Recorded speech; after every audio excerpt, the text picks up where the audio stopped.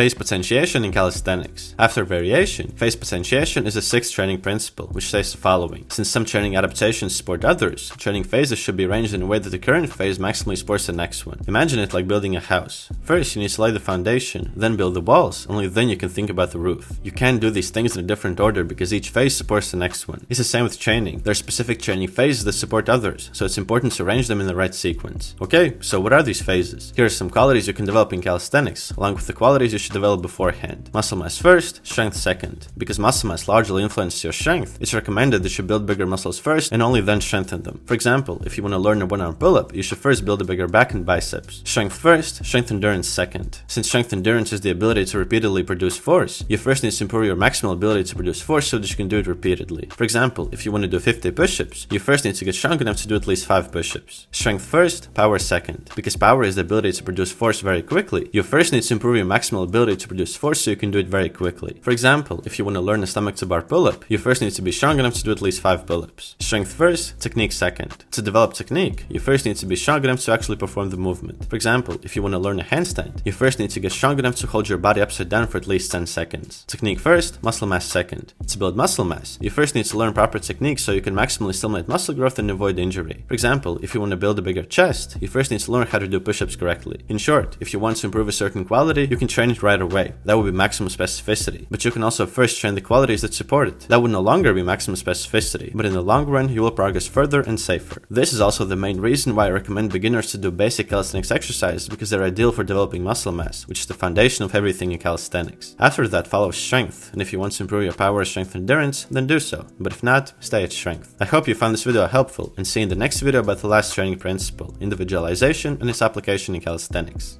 Peace!